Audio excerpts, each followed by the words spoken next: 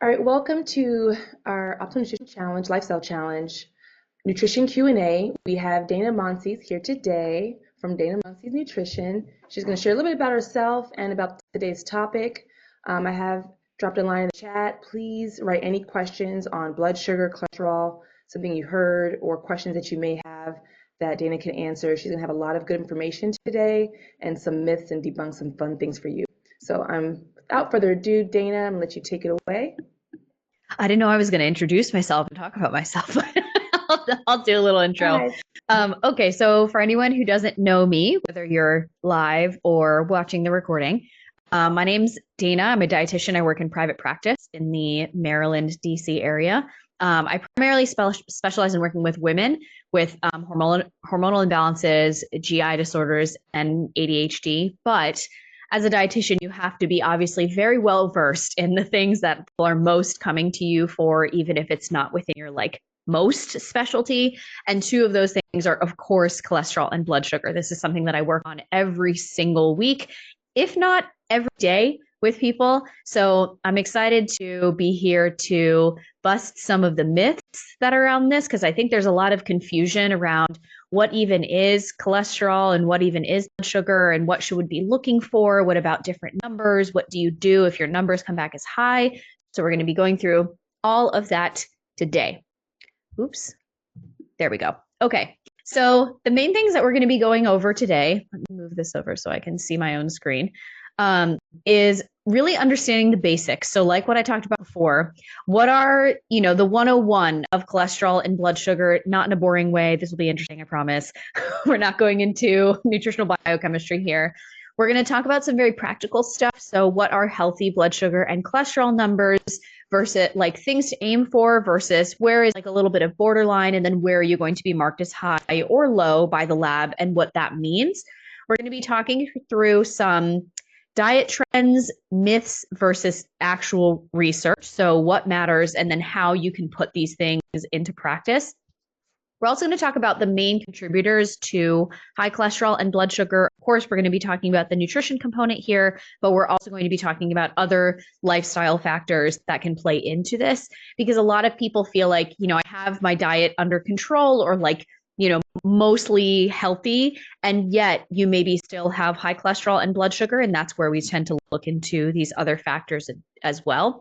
And then, of course, we're going to be talking about, okay, what can I actually do about this from both an elimination perspective and then also more of an add-in perspective as well.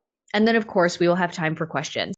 And like Tiffany mentioned before, as you're coming in, we would love to hear from you. What are some of the biggest things that you have heard that you should be doing for cholesterol or blood sugar? Or as we're going through this presentation, we would love to hear what specific questions you hear, or what questions you have, whether it's a specific question on something that I've said, or if something just pops up and you're like, oh, I forgot I wanted to ask about this. Just drop it in the chat and we will address it as we go along.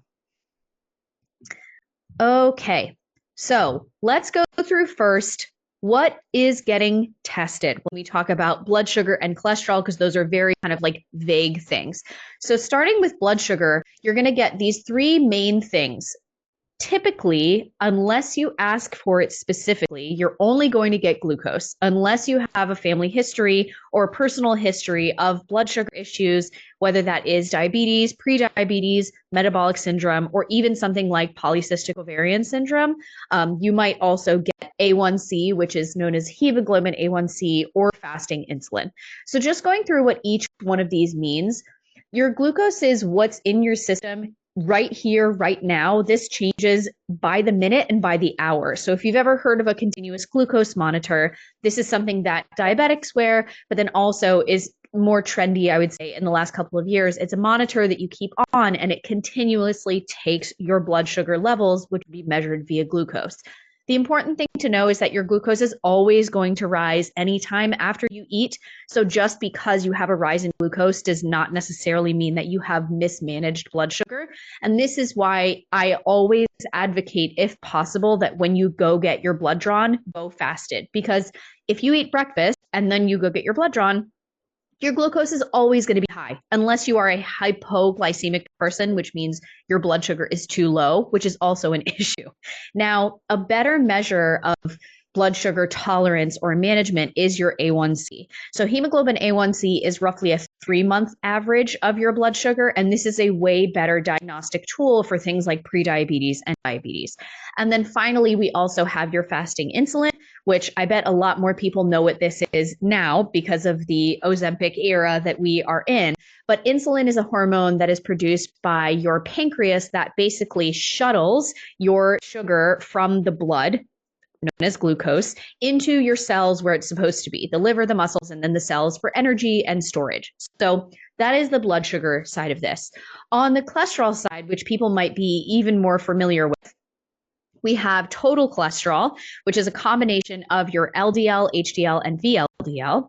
Your LDL cholesterol is known as the bad cholesterol because this is the cholesterol that brings your cholesterol from the liver and deposits into your tissues and your circulation, versus HDL, which is the cholesterol that's known as good cholesterol that carries cholesterol from your tissues and brings it back to the liver to be broken down and then excreted. So is one of those objectively better than the other? Like, not really in terms of the description that I just gave you. However, it's much easier to remember bad cholesterol and good cholesterol. The other thing is, the higher your LDL is, the more impactful it is in a negative way towards your heart health. And HDL, we actually want to be a little bit on the higher side, which we will get into on the next slide. HDL is what's called an independent cardioprotective factor, regardless of how high your total cholesterol or your LDL cholesterol is. So even if you have high total cholesterol, it's actually advantageous for you to work on bringing up your HDL cholesterol because that is protective on its own. VLDL cholesterol is the very dense lipoproteins. These are the, I call very bad cholesterol, because you really don't want this one to be high, because this also is an independent cardio risk factor, regardless of how high your total cholesterol is. Then some that people might be a little bit less familiar with, although if you have a family history of cholesterol issues, you might be familiar with these, is lipoprotein A and apolipoprotein AB. This is a hard one to pronounce. So these are two genetic risk factors for cardiovascular issues. And one is really just what is your genetic risk potential, that you can't really control that too much with diet and lifestyle. This is just like what's in your genes. And the other one is based on your genetic makeup, what is your risk relatively recently, right? So if you are someone who is interested in getting your labs done, these are all of the ones that I would recommend. So you can take a screenshot of this, and I can also send this to Tiffany afterwards so we can send it out to everyone. Okay. These will run through pretty quickly because I find it's better to go through this if you have your labs in front of you. But these are the optimal, normal, and then at-risk ranges, we could say, for blood sugar markers. So we have glucose, hemoglobin A1C, and fasting insulin. Now, you want to have, if you are worried about your blood sugar, all three of these to get a good picture of what's going on. Because again, if you only have glucose, that doesn't really tell me much really at all, because that's going to change an hour ago. It's going to change an hour from now. It's going to change tomorrow. What I want to know as a clinician is, if we're looking at, is this actually a sustained blood sugar issue? I want to see your hemoglobin A1C and I want to see your fasting insulin. And there are many, many factors other than just nutrition that can impact your blood sugar. So we're going to be going into that later as well. With glucose, really the number that you want to keep in mind is 100. You always want to be under 100. If you can be under 95, that's even better. But you're not going to be diagnosed with diabetes until you're over 125. With hemoglobin A1C, that golden number is between 4.5 and 5.5. Most people I see are really falling around the 5.3 to 5.5 number, which is very average and very normal. So you'll see sometimes I will have a normal and then an optimal range on here. Just because you're at, for example, a 99 on glucose doesn't mean, oh, yay, gold star, we're just leaving this here. you're pretty close to 100 there at that point, right? So if you have a borderline range, I would much rather you be in this optimal range for glucose of under 95 or hemoglobin A1C of 4.5 to 5.5 rather than, oh, you're a 5.7, so you're not quite diabetic yet, but you are pre-diabetic, right? Like before we get to diabetes, we want to be working on this. And then we have fasting insulin as well. And then we will go on to cholesterol numbers next. Okay, for your cholesterol panel, again, don't worry about writing any of these numbers down. I will send it to Tiffany and we can send it out to everybody later, or you can screenshot it. So for total cholesterol, the number that we're really looking at there is around 200. You want to be at 200 or under 200 optimally. However, there are a lot of people, including my family, we have a genetic predisposition to high cholesterol. So you could do every single thing that I talk about today, and you could still have high cholesterol just based on your family history. That doesn't mean that you shouldn't do a lot of the things that I talk about today. That just means that at some point you may have to go on a statin just because it's cardioprotective, even if you do all of the right things, right? That doesn't mean that you're doing anything wrong. So just something to keep in mind. Your normal, quote unquote, might be higher than 200, even if you're doing all of the things that we talk about today. So that's why it's important to get regular blood work and regular checkups once a year if you can. It is included with your insurance if you go to an annual physical, so you might as well go do that. So optimally for cholesterol, we're looking at under 200. LDL, we're looking under 100. Borderline is going to be 130 to 160, and then over 160 is what they consider to be at risk. So this is where we get into HDL, is the cardioprotective cholesterol. So for men, you want to be at least over 40, and for women, you want to be at least over 50. I actually like to see this over 60 because then we're getting into that cardioprotective mechanism. And we're going to talk about ways specifically that you can increase your good cholesterol on its own as well. Then we also have triglycerides, which I did not mention on the previous slide. Sometimes these are included if you just order a lipid panel, and sometimes they're included on other panels. But triglycerides are not a cholesterol, but they are a circulating lipid or a fat, not a dietary fat, but a fat inside the body. Optimally for this, you want to be under 120. You'll be marked as high by the lab if you're over 150. But triglycerides are really interesting because in comparison to the cholesterol scale, you're not at risk for triglycerides until you're over 500, which is very high. But I ideally want to see you 150 or below. If we're over 500, we've gone past the train tracks. Like we've gone too far at this point, and we really need to do some pretty serious interventions at that point.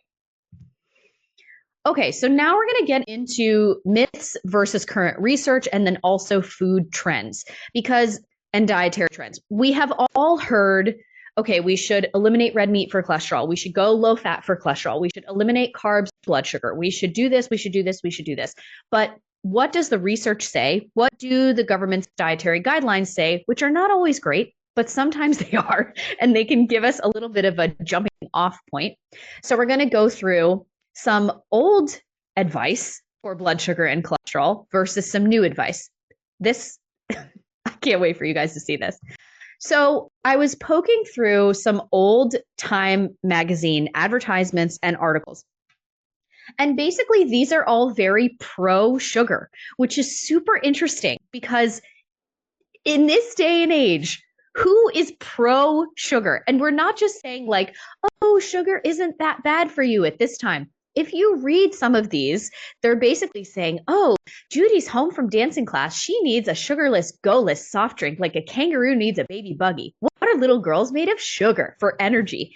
And then when you look through, there's also sugar can give you the willpower you need to undereat. What are we talking about? And this is where we go into what is food policy versus what is actually good nutrition, because we can't not talk about the impact of food policy on these government's dietary guidelines.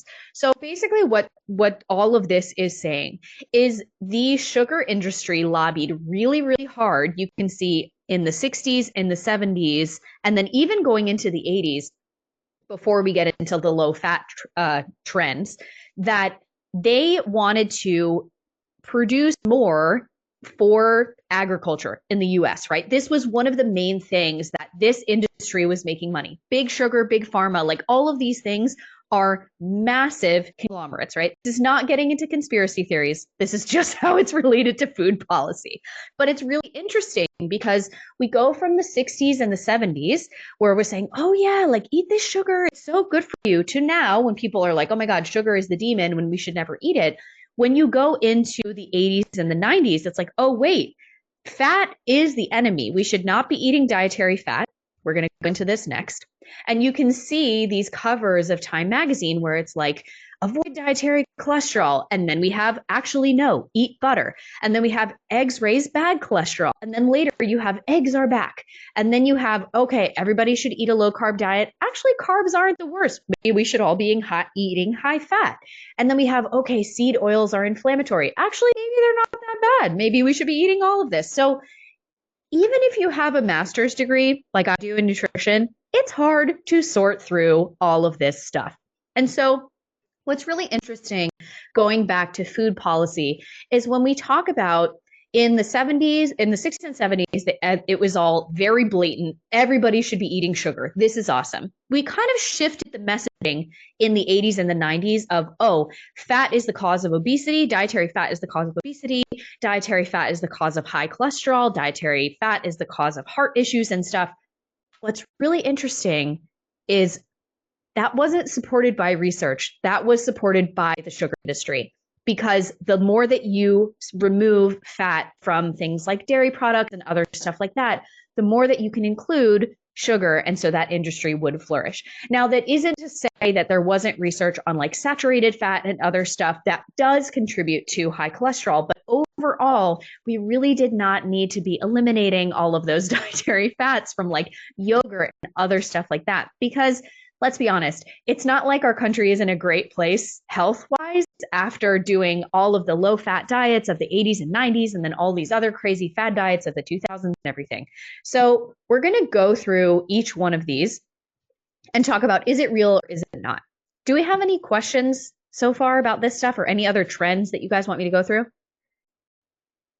Okay, Kelly's saying no. Question that's probably think, can your HDL be too high? You're like, it can, but I have never seen it. Okay. So, you know, yeah, it can be too high, but then it's interesting to think about, okay, if your HDL is too high, it's most likely some outside factor. So, for example, I was working with someone a couple of years ago. They were a super fit person. I know what their training schedule looks like. They eat super healthy, like they try to sleep well, you know, they meditate, they do all the things, right? But for some reason, their HDL was super low. We're talking like in the 20s or something, right? So I was talking to them like, okay, you know, like what supplements do you take? Do you take any medications? You know, what are these other factors that can play into this? It turns out they were taking caffeine pills, which on their own can plummet your HDL. So this is where it's really important to take not just a laser focus approach on diet, but or even on exercise or even sedentary lifestyle. It's talking about, okay, what are we doing supplement wise? Do we have any questions about medications? What about your exercise? What about your stress management? What about illness or injury? Because those can also impact cholesterol and inflammation in general. And so when I work with clients on this, I'm also looking at like much more comprehensive blood work other than just blood sugar and cholesterol, because nutrient deficiencies can also throw this off, or something called non-alcoholic fatty liver disease can throw your cholesterol off.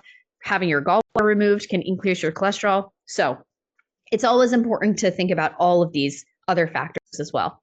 We have a question from the audience. Moina is wondering, what's the impact stress can have on elevating both sugar and cholesterol? Yes, great idea. Okay, so I will give an example on blood sugar first, and then we'll go over cholesterol. So specifically with stress, so stress increases a hormone called cholesterol, scratch that, cortisol, which is your primary stress hormone. So the interesting thing about cortisol is that cortisol on its own will increase your blood sugar. Because if we think about the fight or flight response of the body, we're trying to either remove ourselves from a situation or tackle it head on. In order to do that, your body's like, whoa, we need a burst of energy for this. And what is energy? it is stored blood sugar, which is called glycogen, but then it gets converted to glucose so that you can use it. So if you have these mini bursts of cortisol throughout the day, or you have a massive stressful event, so you're constantly pumping out cortisol, that on its own, regardless of how healthy you eat and how much you exercise, is going to impact your cortisol. It's going to increase it because that's how we've stayed alive for so long as humans. And that's going to increase your blood sugar, at least your glucose, right? Not necessarily your hemoglobin A1C, but definitely your glucose. On the cholesterol side of things, what's really interesting about cholesterol that's not talked about a lot is cholesterol on its own is actually a very reactionary molecule to inflammation. So for a lot of my clients, what I actually see is that cholesterol will rise in the presence of inflammation. So for example, if you have something like non-alcoholic fatty liver disease, that doesn't mean that you've been drinking alcohol, right? It's non-alcoholic. It doesn't mean that you have a standard American diet. It doesn't mean that you eat McDonald's all the time or any of this stuff. It could be a genetic factor. It could be something completely other than that. But that in itself is a very inflammatory process in the body. And that on its own, because the liver is where a lot of your cholesterol is processed, can increase cholesterol on its own. Another way that we can see this, and I actually talked about this with a client of mine a couple of days ago, is we got their iron panel back and their ferritin, which is the storage form of iron, was very high. Ferritin on its own, when it is high, is actually a signal that there's inflammation somewhere else. There's actually a weird study that shows that parasites can hide in iron, which is kind of gross. But if your ferritin is very high, then that's a signal that something else is off, and nothing else was wrong in their blood work except their cholesterol was high. Super healthy person, works out regularly, eats very healthy, doesn't eat red meat, doesn't eat saturated fat, doesn't do any of those things. And yet they were like, what the heck is going on? So we're still getting more blood work to see like why their ferritin is high. But those are two instances where inflammation somewhere else in the body, which can also be caused by stress, to go back to your cholesterol, your question, Moina, can also increase your cholesterol. Great. Okay, so I want to go into some of these other ones. Like, should we be avoiding dietary cholesterol? Should we be eliminating eggs? Should we be eliminating carbs to help with blood sugar? And then what about seed oils and like refined oils and stuff? So super interesting development in the world of nutrition and cholesterol in 2020, actually. So this was one of the most touted things since something that was called the China study by, I believe the researcher was Ansel Keys from the 50s, I think, maybe the 60s. We now know the study was extremely biased, the methods were unethical, and we shouldn't be using that data.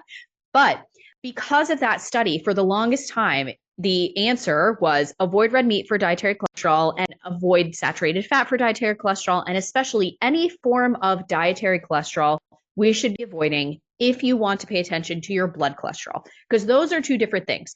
Cholesterol comes from your diet and cholesterol that is in your blood are not equal, right? So if you increase the amount of cholesterol that you're eating in your diet via eggs, for example, it's not necessarily going to raise your dietary cholesterol in a 1-to-1 ratio as people might assume that it does.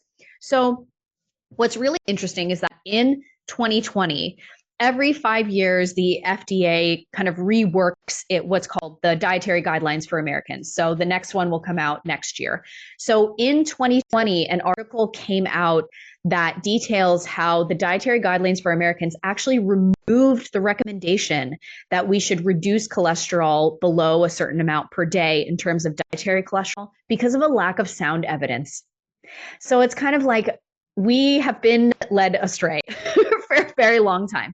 Now, the caveat here is that if you have a family history of cholesterol issues, this is not a green flag to eat like a dozen raw eggs every single day. That's not a good idea. However, for most people, and for people who don't have a family history of cholesterol issues, you probably have to worry a little bit less about eating dietary cholesterol to raise your blood cholesterol. So that one we debunked a little bit. Interesting thing about eggs, actually, is there have been more studies recently showing that if you have low HDL, then actually eating eggs can help raise your good cholesterol, your HDL cholesterol. So Tiffany, maybe you were eating like 2 dozen eggs per day, and that's why your HDL is so high. I doubt it. I doubt it, but I do like eggs. What about egg whites for someone if they do have like high cholesterol? Should be egg whites are fine. I mean, eggs are so expensive right now anyway, but so we're all saving money by eating oatmeal and yogurt and other stuff like that. But yeah, egg whites are fine. The cholesterol in the egg comes from the yolk. So if you would like to eat egg whites instead, then that is totally fine. Okay, I want to talk about low carb.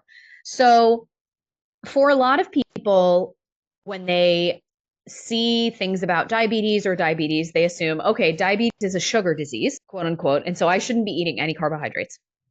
Well, the thing about that is your entire body, including your brain, your heart, your lungs, and all of your organs, the main source of energy is glucose, which comes from carbohydrates. So we can't just eliminate it completely. However, it does make sense to eliminate or to minimize sources of what are called like simple sugars. So the more that you go into white sugars, so like table sugar, white bread, white flour, like not even white rice, that's an exception, I would say, but a lot of these kind of like white foods, especially if you are eating them on their own. So a couple of the eliminations I recommend for people if they're getting diagnosed with diabetes is, do you drink soda? That's one of the first things to go, or to try and make what I called like a lateral shift. So people are really into these like prebiotic sodas and stuff these days. So if you really can't give up soda, then we try to make a lateral shift to something else.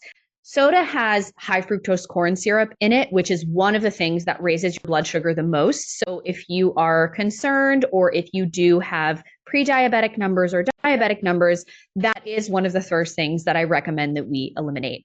When we get into okay, well, what should we do from an add-in approach? We'll talk more about carbohydrates and how we can incorporate them in a healthy way, even if you have diabetes. But the answer to fixing all of your blood sugar issues is actually not to just eliminate carbs completely, because you will have absolutely no energy.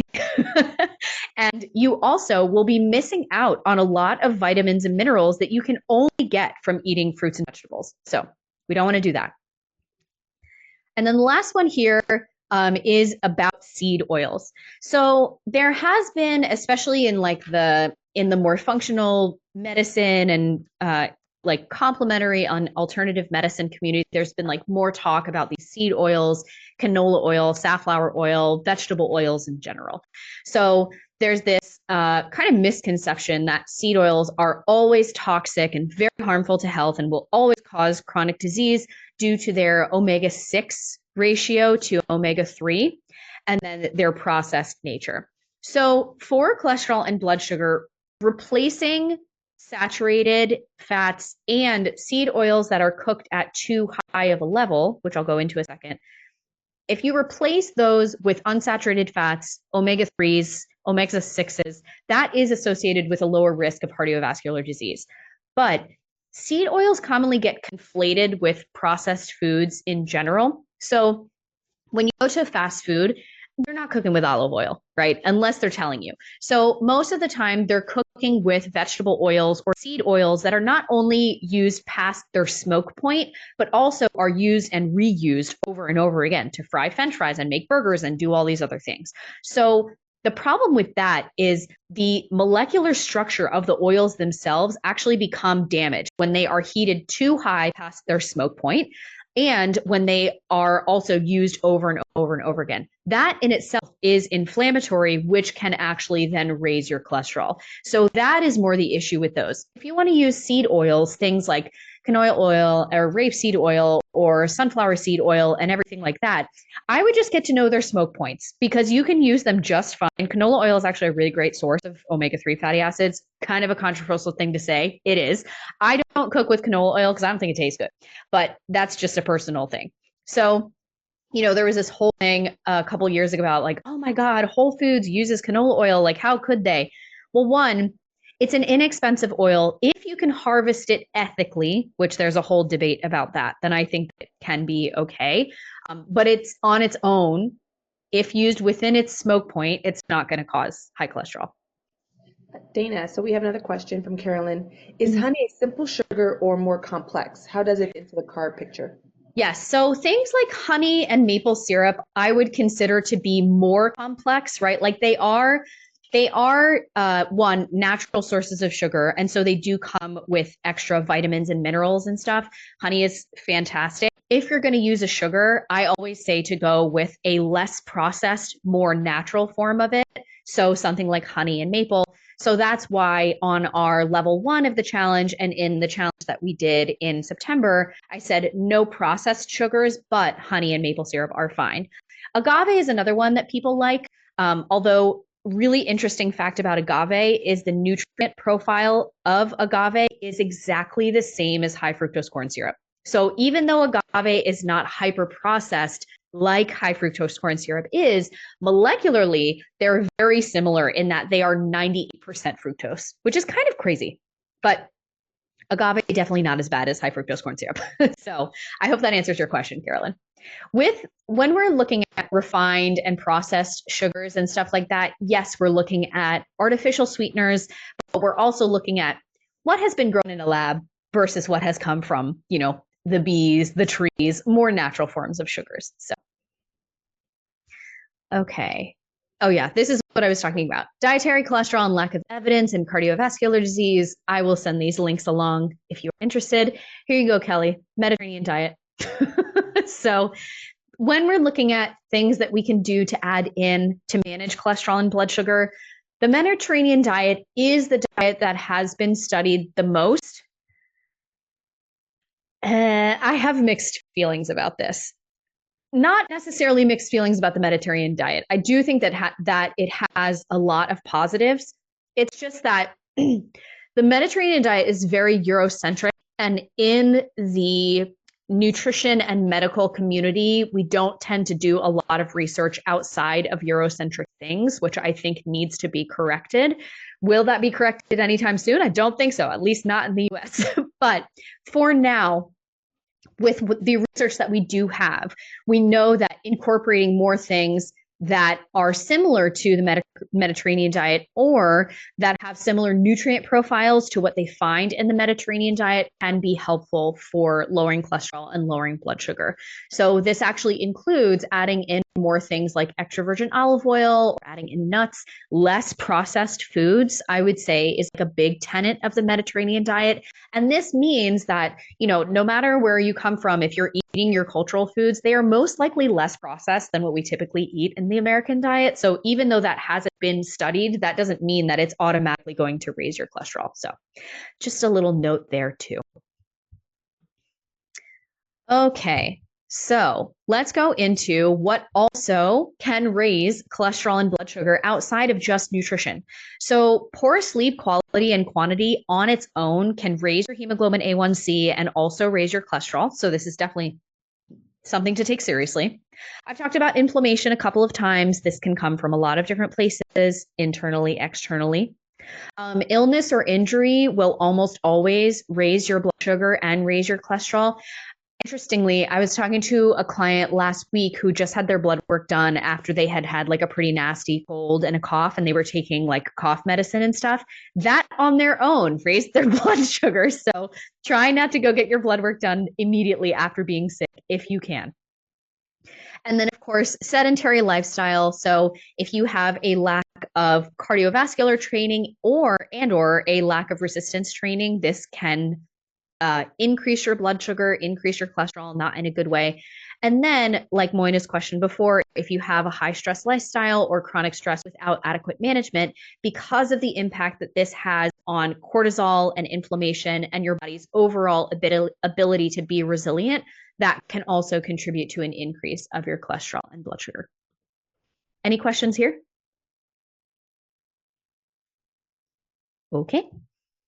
All right. Interestingly, nutrient deficiencies, again, why you shouldn't eliminate all carbs, are a reason that you could have high blood sugar or high cholesterol. So I'll just run through a couple of these.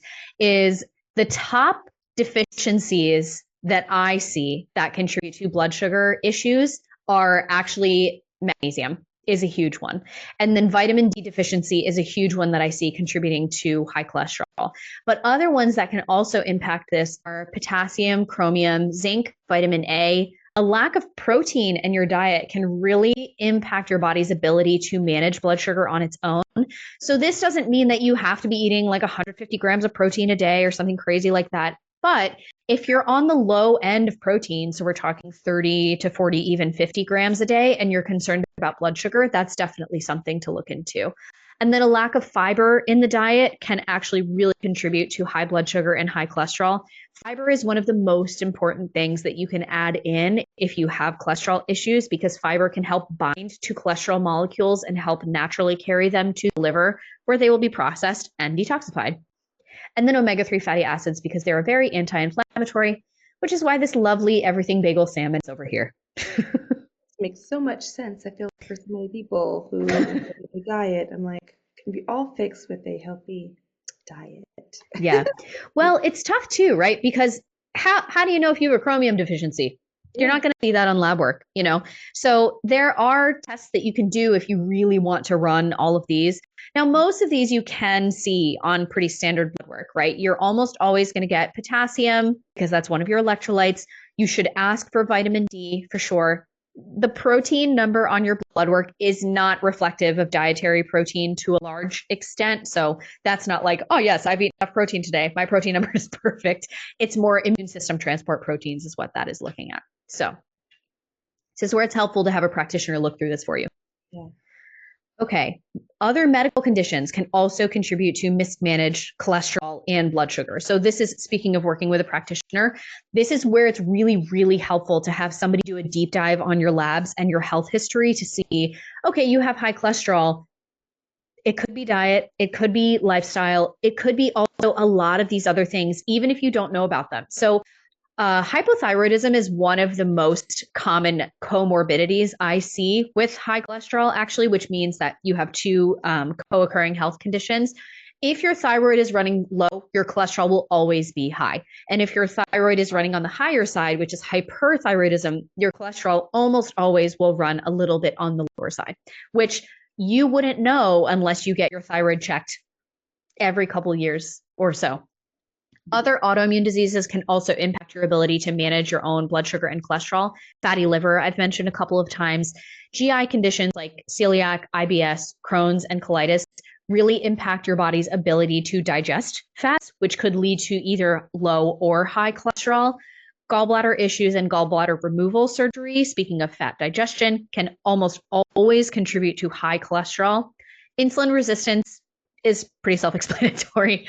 And then other diseases that can contribute to poor metabolism and utilization of fats, and then also genetics. We've talked about this before, right? If you, like me, have a family history of heart conditions and high cholesterol, there's not much that we can do about it in terms of the genetic potential, but there are many things that you can, that are within your control to an extent, for example, diet, exercise, lifestyle. So you can do as much as possible instead of just being like, oh, well, I'm just going to have to go to statin one day. Okay. Some medications can also raise cholesterol and blood sugar. So I won't go through every single one of these because medications are not within my scope of practice, but I just thought that this was an interesting point to point out here. So anytime that you take steroids, that induces a cortisol spike, which will bump up your blood sugar. So that's just one example. But then diuretics, beta blockers, which are heart medications, and then a lot of different mental health related medications like SSRIs, antipsychotics can also impact your cholesterol and blood sugar. So it's way deeper than just diet and exercise. But okay, now we've reached the nutrition part. What do we need to do? And what can we do to help manage our cholesterol and blood sugar? So we're going to start over here with healthy cholesterol. I couldn't see that point. Okay. So to support healthy cholesterol, we want to choose healthy fats over saturated fats and trans fats, which actually are banned now. They were not until a couple of years ago. So we want to include more monounsaturated fats, which means single saturated fat, which are good, like avocados, olive oil, nuts like almonds and peanuts. There are some interesting studies that have come out in the last couple of years that show that even if you eat one avocado per week, that can raise your HDL and lower your LDL cholesterol, which is great. We also want to incorporate what are called polyunsaturated fats, like omega-3s, so fatty fish, cold water fish like salmon, and a couple of other ones here. Or if you're vegan or vegetarian, we can also do things like flax seeds and chia seeds. Limit trans fats, which it's kind of hard to find trans fats now, which is great because they were never designed to be in food in the first place. But that is something like partially hydrogenated soybean oil, actually, which is still in Jif peanut butter. So switch over from Jif, the JIF brand. You can do Skippy or Peter Pan, or more natural forms of peanut butter are generally fine. But yeah, Jif has not budged on that, but I think they're going to have to change their formulation soon. So we talked about fiber-rich foods before. So this is going to be from fruits and vegetables. A shift here you can make is if you drink a lot of juice, try smoothies instead, because juice has the fiber removed. Whole grains are always going to be fantastic. Fruits and vegetables, when they're coming in the natural package that they've come in from, the earth, they always contain fiber. So that is very helpful. And then legumes as well. And then lean protein sources can also be very helpful for helping manage your cholesterol and blood sugar. So different things like fish, legumes, and nuts. Some people, if you like to incorporate whey protein, which is a protein powder, it's been shown to increase HDL in some studies. However, if you're lactose intolerant, just don't do that because that's not going well for anybody. And then actually decreasing your hemoglobin A1C can help your HDL go up as well, which is the heart protective cholesterol. Questions there? Lucky for you all, every single recipe that I put in the Nutrition Challenge recipe booklet fits all of these criteria, as well as the blood sugar criteria. Okay, so you'll see that there's a lot of similarities in between how do we support healthy blood sugar and how do we support healthy cholesterol. There's a big emphasis on protein, fat, and fiber. So specifically for blood sugar, when we're looking at mismanaged blood sugar throughout the day, it's kind of like you're going up and down on a roller coaster. What we're really aiming for is more of a gentle wave.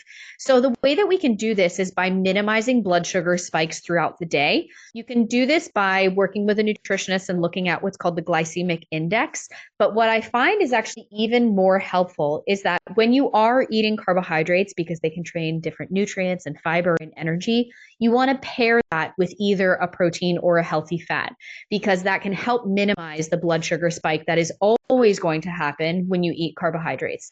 So for example, if you were going to go eat pasta for dinner tonight and you're concerned about blood sugar, throw some roasted broccoli on the side in there, or maybe throw some either a plant-based protein or an animal-based protein, whether it's chicken or it's shrimp or it's chickpeas or it's tofu or it's whatever you like. Adding in some fiber can help minimize blood sugar spikes. Adding in protein can help minimize blood sugar spikes. And then same thing for healthy fats as well. Eating at regular intervals throughout the day is also very important for blood sugar regulation. So if you are someone who is pre-diabetic or who has diabetes, fasting for long periods of time is actually not a great idea because that can spike your cortisol, which can then spike your blood sugar. So what we're actually going for is regularity throughout the day instead of periods where you're eating a lot of food and then long periods where you're not eating any food. That's a very easy recipe to basically freak your body out, which we do not love. And then I have some easy breakfast example here, and then a lot of different fiber-rich food examples. Basically, if it's a grain or if it's a fruit or it's a vegetable, it has a lot of fiber in it. Okay, then let me go down here. And then other lifestyle shifts to help support your health. So we've talked about some of these already. There are a lot of studies that show how cardiovascular exercise and resistance training can support cholesterol and blood sugar levels. So cardiovascular exercise, there's a lot more research on that for cholesterol. And then resistance training is actually an independent factor that can really, really help with blood sugar management. Yes, Tiffany's like, whoop, whoop, raise the roof. Yeah. So there's some really cool studies that show that compound resistance training, so doing the larger muscle groups, so like squats and deadlifts and press and other things like that, are a great way to improve your insulin tolerance and also your insulin signaling. So actually, if you have diabetes or pre-diabetes, you should definitely be doing resistance training. Go see Tiffany. And then sleep hygiene. So sleep on its own, poor sleep is linked to lower HDL levels. So in an ideal world, we're getting 7+ hours of sleep a night. If you get 4 hours of sleep a night, even bumping up eventually to 4.5 hours of sleep and then to 5 hours of sleep is going to be better than staying at 4. So don't feel like, okay, I only get 4 hours of sleep a night. Dana told me I need to sleep 9, so I'm quitting my job. Nope. We're going to gradually work our way up to somewhere that's a little bit more restorative for you. And then stress management. So again, going to Moina's point, it's like she knew this was coming. High stress can contribute to blood sugar highs and lows. And so this is something where sleeping, movement, healthy diet, stress management can all contribute to better managed blood sugar. Okay. There are certain supplements and medications that can also help. Medications more than supplements, but a lot of people are very hesitant to go the medication route. So I always talk about supplements with people. Although if you've ever had a session with me, I always say I don't like to throw stuff at the wall and see what sticks in terms of supplements, because I don't think that's very ethical. So if we're doing supplements, I want to see a reason in your blood work, and I want to see a study that supports it before we do something.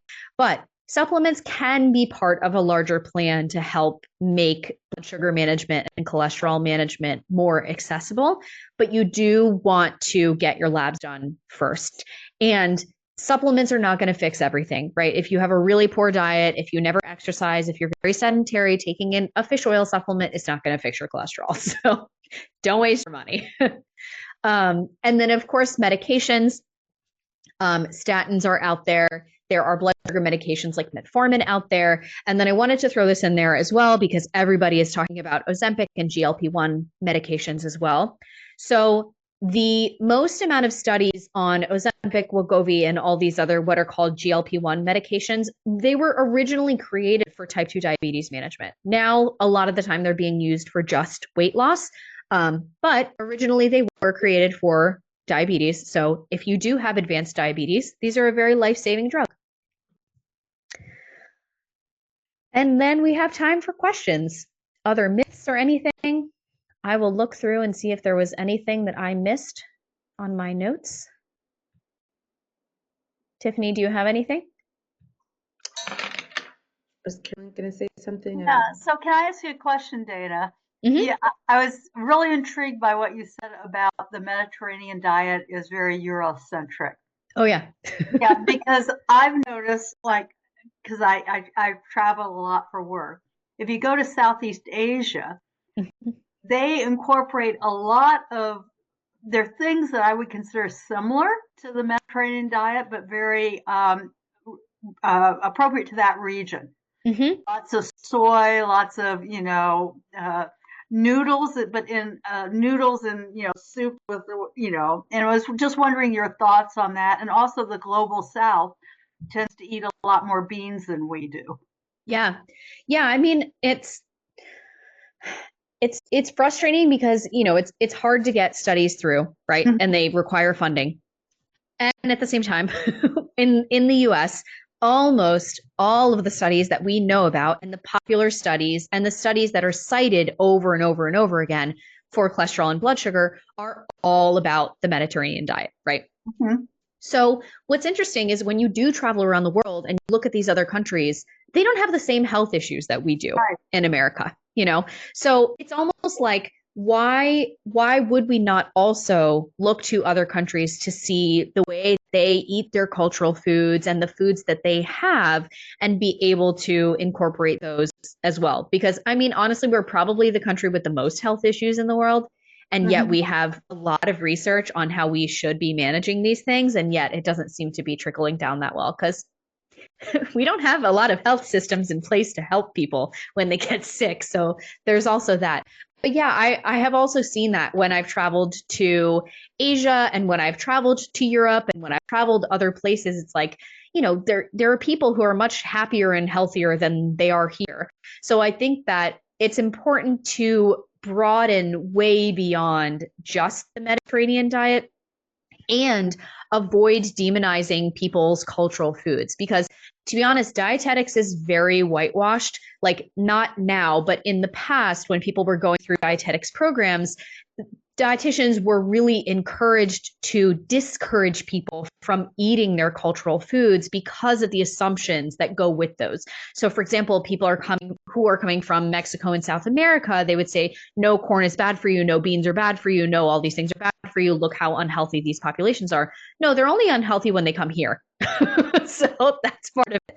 And then, when we look at other cultural foods, like, I work with many clients who are from Liberia and Nigeria, and it's very, they have received a lot of messaging that, like, oh, your cultural foods are going to raise your blood sugar, they're going to raise your cholesterol.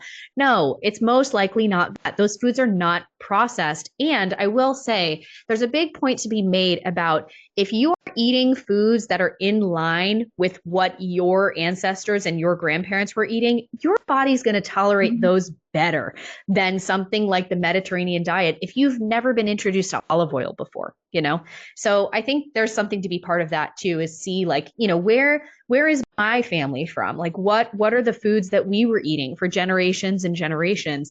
And how can we work to incorporate more of that? Because it's probably going to nourish your cells way better than something that is a culture that is very far from yours.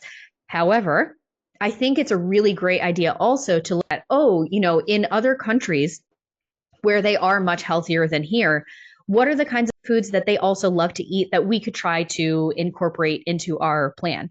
It's really interesting because you look at stuff like, they used to talk about the French paradox all the time of, oh, the French drink wine and they eat a lot of bread and they eat a lot of butter and cheese, and, none of them are unhealthy or anything. Well, French people also smoke a lot. So that's one part. But again, that's very Eurocentric. When we go to Asia and we eat rice for almost every single meal of the day, that would be a massive no-no in the dietetics world, or, oh my gosh, they're all going to have diabetes. Guess what? They don't. So that's something to consider as well, is just like, kind of, yes, taking that there is a lot of research on the Mediterranean diet, and that is very an accessible thing to go for a lot of people in this country, especially for white. But it's important to look beyond that as well, I think. In general, the less processed foods that we eat, the better off we're going to be. And there are so many different foods that fall into the non-processed category. So that's my TED talk on that. That was quite good. Thank you. Yeah.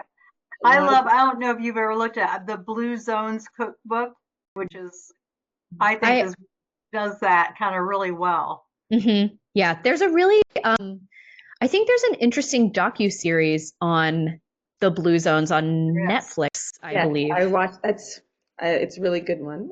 Yeah.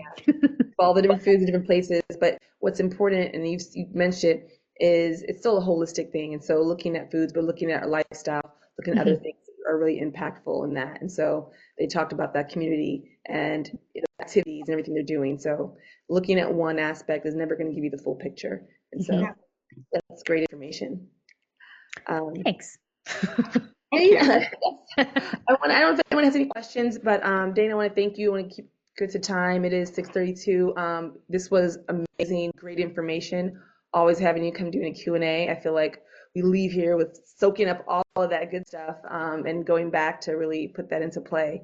If you do have any questions, please feel free to email us. Dana can reach out. For those in the challenge, we're on the last week, so keep it up. We're almost done. We want to see, we're going to be meeting next week to celebrate and the finale, and also give out some fun raffle prizes. It is open to anyone else who wants to join us. We're celebrating opening our new space.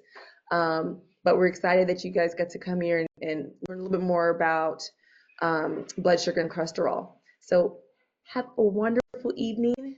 Don't hesitate to reach out. Thank you, Dana. You're welcome.